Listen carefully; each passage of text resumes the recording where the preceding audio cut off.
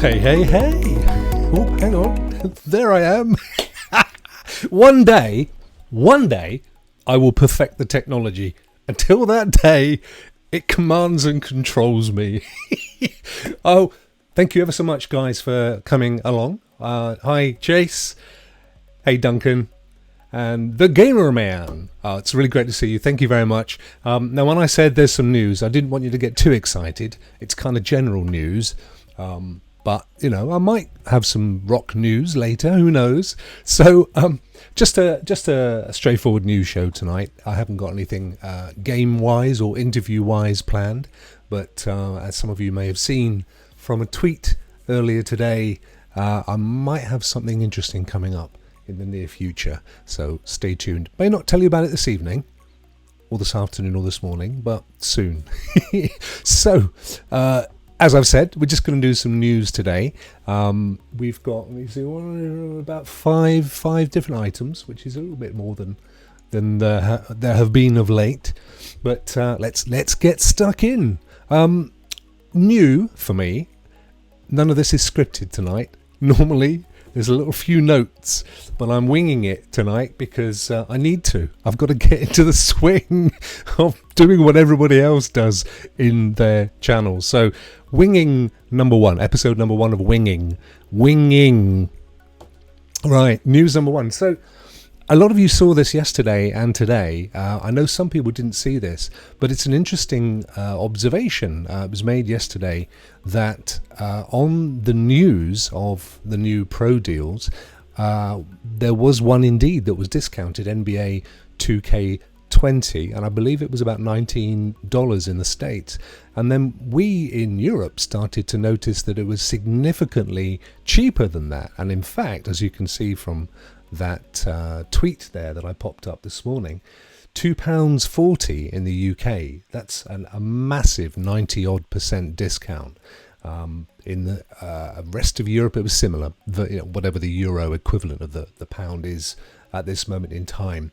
And it's quite interesting because immediately people ran to suggest that there'd been a mess up. But Google were quite quick to come out and say, no, not at all. Oh, hang on. You haven't got me transition, have you? Ta-da! Clive's chuckling away because this is something he and I do quite frequently. Consider it part and parcel of being a Generation X baby.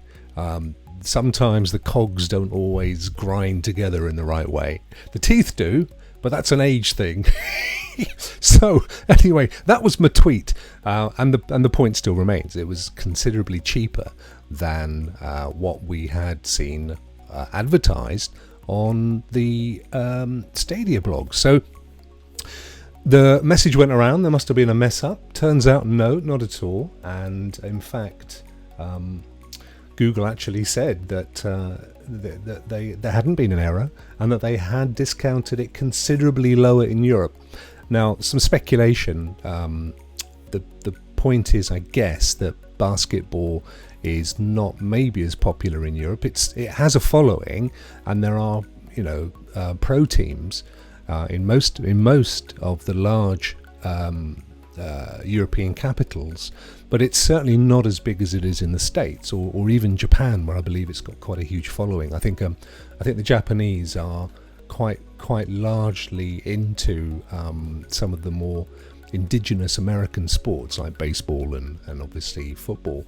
But in most of Europe, it's not a huge sport. So my guess is that it was a way to try and build up the multiplayer aspect of the game, because and it was pointed out to me earlier today that if you have a look at the amount of players playing it in Europe, and of course if you're playing any games in Europe, you are connecting to other Europeans because the latency would be too big if it just naturally connected us up with America or further afield. So on that basis, it might be a significant move on behalf of Google. This may not be the first time we see this take place on games that are reliant on multiplayer. PUBG currently is obviously the big multiplayer of the day. It's massive, almost certainly the most played game currently on Stadia, not least because it's free. So there's no need to do that there, and it's free, so you can't really discount it from zero, can you? Other than maybe giving it away with a free chicken dinner, which is one way around that. So so the key thing here is that the discount itself is probably applied to try and build up the players, and then we could look at other games that maybe aren't as popular in Europe, where they may apply some other discounts to come. So that's an interesting one to watch, and we shall see. I'm just having a quick look at chat. We've got some of my bestest Stadia community chums in tonight. Great to see Chase and Duncan. We've got Gamer Man. We've got my Generation X partner in crime, Clive. If you haven't seen Generation X Retro Gaming Club at all, please do. But if you haven't seen last night's episode, I think it was a gem. If you've ever wondered how good at impressions Clive could possibly be, he knocks it out the ballpark. I mean, he does. To be fair, mainly English cultural references that some of my friends from further afield may not get, but trust me, they're really good. And then we have a real rat hole conversation about tortoises, which you just have to see it. It's hilarious. So please go and check out Generation X. Who else have we got? We've got Hey Ben. We've got History Remembers. Thanks for coming back. Poor old History Remembers and Ray and a couple of other guys. I did a bit of a false start earlier. I was actually testing Restream, which I'm using at the moment, and forgot to say it was a test. So these guys all turned up before going to bed. So I'm really sorry about that. Right, so let's move on. As Clive would say, without further ado, we'll go to the next item, which I've lined up. New DLC today, released for Zombie Army 4 Dead War. I believe this is only if you've paid for the DLC, because one of the packages included ongoing DLC. So for obviously we all got it for free, so I don't think many people at this point will probably have bought the additional season passes. But as they've just released an update, it may be worth having a look at those now. I'm not too sure of the price. We can, of course, have a quick look. If I just flick across to a blank screen and pull up stadia.com, shouldn't have to log in, so that won't cause any issues. And we'll have a look. Guess what I was playing last? Actually, this is my free account that I use. So it's not the one. I'll just quickly switch to a different one. We want that one. And we'll have a quick look in the store, because I'm quite interested to see what the go away headset connected message. Thank you. Quite interested to see what the price of that DLC is. So we're looking for zombies. Here we are. And it usually says additional content. So here we go. So there we go, £5.49. So that is Blood Count is the new DLC, and that's released yesterday. So that's not too bad at all. £5.50 tonight. I know Duncan, you've completed it. One to Escape. So you may want to have a look at that for £5.50. I'm not 100% sure what's included. Let's have a quick look. Well, there's a bat. Oh, this looks pretty cool actually. So this could potentially be additional missions and maybe some additional story elements as well.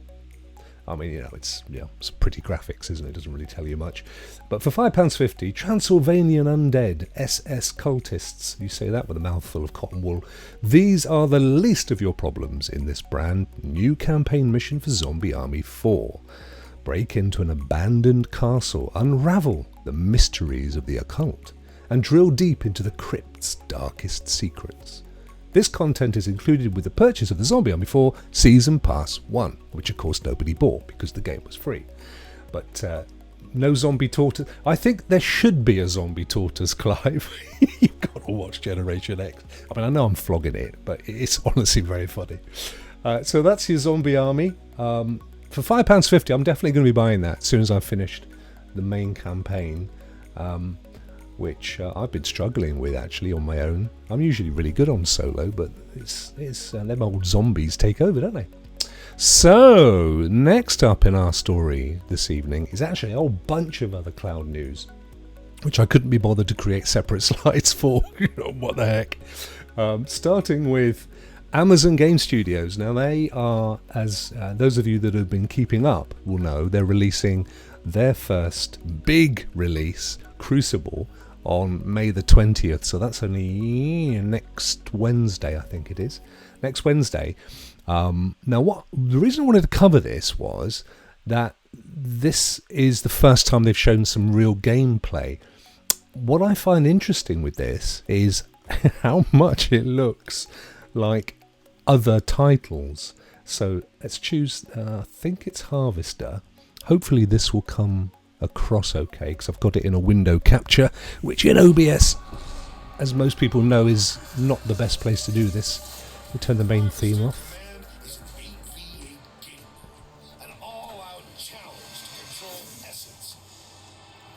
Whoa. It's powerful.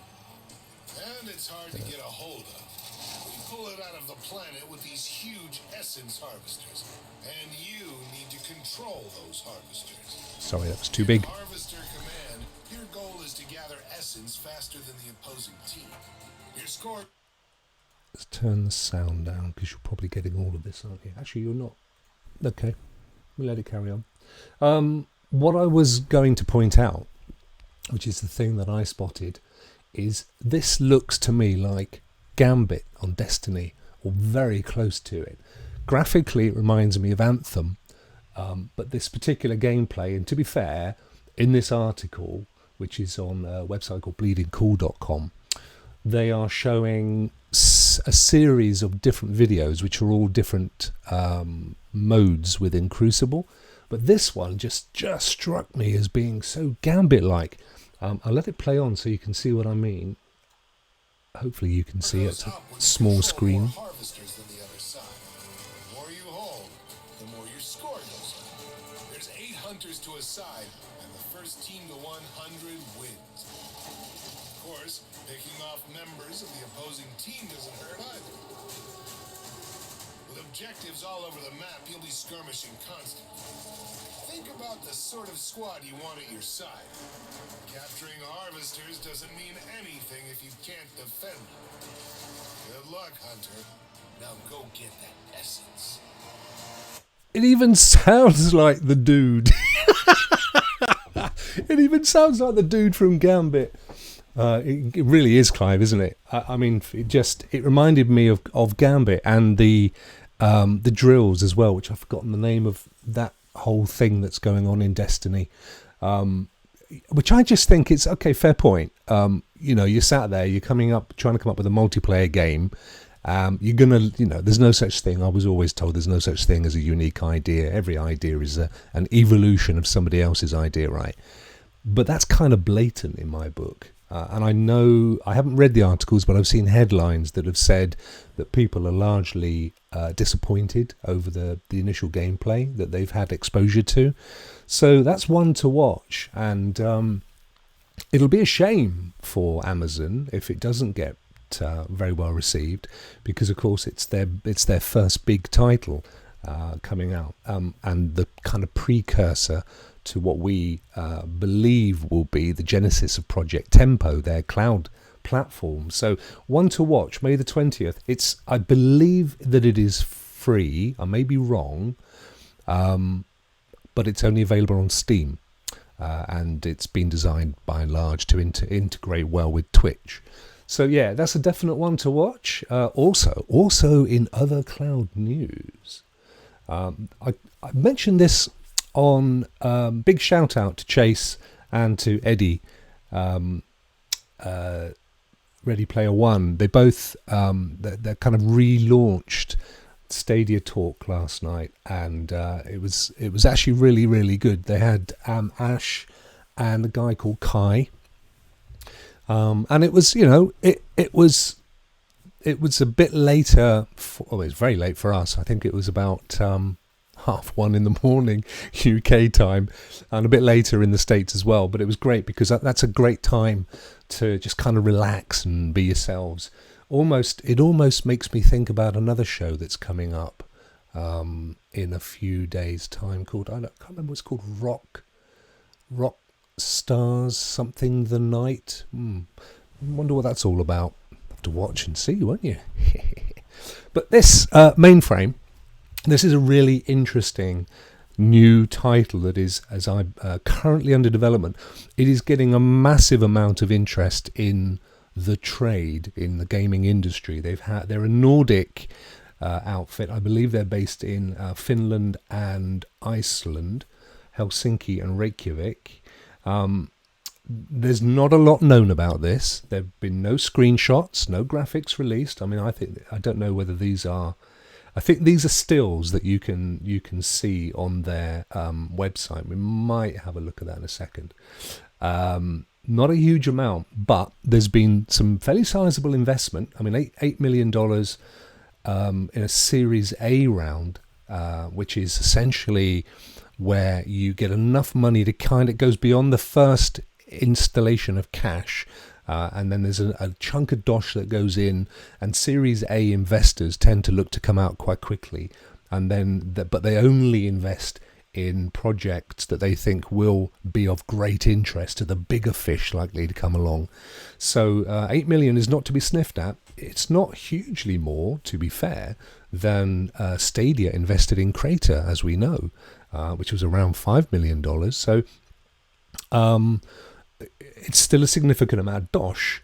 Now, the guys that invested in Mainframe also whacked 150 million Series G, so that's kind of further down the road in the whole world of series investment, into Roblox, or Roblox, I don't know how you pronounce that, last month. So these guys are betting big on this kind of gaming. Now the thing about Mainframe, which fascinates me, hey Eddie, good to see you, mate. Thanks for popping in.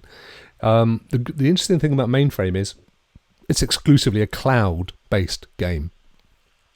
And they make a big thing about the fact that it is a native cloud game. It's this new phrase where a game has been exclusively developed for cloud platforms. They actually talk in I don't know if it's this article, there may be in a different article, this is TechCrunch, but certainly the interview that I read with their CEO mentioned Stadia as a potential partner. So they're playing big. But the thing about Mainframe, and I'm keen to find some.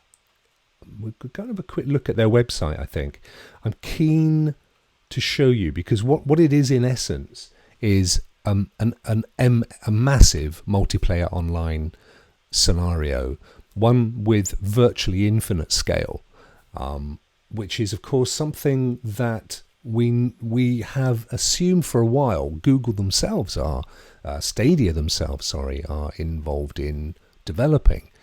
So it's interesting to see that they're not alone in that thought process. And certainly I wouldn't be surprised if... So he says here, the startup, which has offices in Helsinki and Reykjavik, isn't building cloud gaming tech, but is instead building an MMO title that is designed from the get-go for streaming platforms like Google Stadia or Microsoft XCloud that beam a title to a user's device from a cloud-hosted GPU. What does being a cloud-native game entail? Mainly it seems to mean that they're creating a social title that is as fully playable on mobile as it is on PC or console. I mean, I think that's possibly dumbing it down. I mean, we know the benefits of cloud gaming go way beyond the fact that you can play them on a mobile. So, that one is one to watch. I suspect they're looking to build something fairly monumental, and certainly they're getting a lot of interest in the gaming community. Here we go. I think you can see that this is their site. Now, again, full disclosure, I have no idea whether these screens are in any way representative of the game. But they're showing them for a reason, if only the fact that they want to emphasize the scale. And they're certainly computer generated. These trees down here Very, very obviously computer-generated trees. I think there were some other images. Yeah. Now this really interested me. Again, I'm going to assume these are just photos that they took out in the backyard of the studio. But if these were in any way representative of the graphics of the game, I'm buying right now. Because this photorealism that really excites me, and it's something that I don't even believe that we're going to be able to achieve within gameplay of the next gen consoles, but technically it is feasible with the Gen 2 servers that we know are being gradually rolled out alongside the Gen 1 servers, or at least they're about to be. And to see that kind of photorealism in an MMO, a game with virtually limitless. Mike. Hello, Mike. It's my friend Mike's just turned up. That's the first time I've seen you in one of my. Good to see you, buddy. Mr. Gibbons here is actually. I'm not going to blow his trumpet for him, but we have a real live game developer in our midst this evening, folks. And when Mike tells you how this stuff's done, he's telling you because he knows how this stuff is done. Brilliant to see you, mate. I'm really pleased that you managed to join. But yeah, at the end of the day, the models are fairly simple. A model of an ant, a 3D model of an ant is going to be a fairly non-complex thing. It's all about the detail in the scan, as Mike says, the mega scan textures. So lots of overlaid textures, and then diffuse light and so on. But to be able to zoom in detail and see that at almost a microscopic level, that for me would be the game of my dreams. So I'm interested in Mainstream. It's Mainframe. Sorry, it's certainly worth having a look at their website. They talk about mixing the best of AAA and MMO and mobile gaming in a social sandbox. It's cloud gaming. I mean, they call it what they want, but that could be one to watch. Go and have a look at it. themainframe.com. What else have I got? That might be it in terms of the old cloud gaming news that I had to impart. There were a couple of bits and pieces as well, which aren't of that great interest to everybody. So just wrapping up, there's a couple of bits of news for me. One is, if you don't mind the selfless promotion, I've started a Patreon. What I wanted, just full disclosure, what I wanted to do with my Patreon was actually have a free tier, because what I'm really keen on doing is kind of building a community around the brand. But sadly, it ain't possible. Patreon don't allow you to do a £0, and I couldn't even do a £1 because I'm using a PayPal account and it costs £1. So it would have been £1 in and £1 out. And anyway, so it's still low. I mean, £2 ain't a lot, is it? And I'm really keen. And if anybody has anything that they'd like to see added into my tiers, let me know, because I'm really receptive. I genuinely want to build a community out around the whole Rokk brand, and the reason for that will become more clear, I hope, over time. I'm not quite ready yet to expose my plans, but I have some, so watch this space. And finally, I'll show there'll be a graphic at the end, which is a teaser for a new show that'll be starting on Friday the 22nd at 10 p.m. and it's going to be called Rock Stars at Night, I believe. And the beauty of Rock Stars at Night is that it will, in essence, I don't want to give too much away just yet, other than to say it will be well-known content creators. We will be on late at night, which implies that it's not going to be for young children and grannies, but it's going to have, there will be a difference to any of the other kind of roundtable shows that you've seen, or that any of the other content creators create, which I hope will make it more fun and interesting for you as a viewer. So watch out for that. May or may not tell you more as we get closer to the time yet. And I'm finalising who will be joining me. It's almost certainly going to be at least one permanent co-host and then a mix of guests. All of them worthy of the rock stars of Stadia title. So stay tuned for that one. I hope you're going to really enjoy that, and it's going to develop, and I think it's going to be quite a big part of people's Friday nights from time to come. So that is it for me today, Rokk Around the Clock. Apologies once again for those that turned up earlier and I didn't have anything to talk about, and also that Rokk Around the Clock has been a bit absent. I think the last one was a week ago. There just hasn't been the news that I felt it was worth kind of dragging you all in for. And hopefully that's going to change. Look, have a great evening, a great morning, or a great afternoon. Thank you very much for joining. I'm going to flip you over in a nice way to my next screen, which hopefully will be self-explanatory, and look forward to speaking with you all again in the not too distant future. Rock out.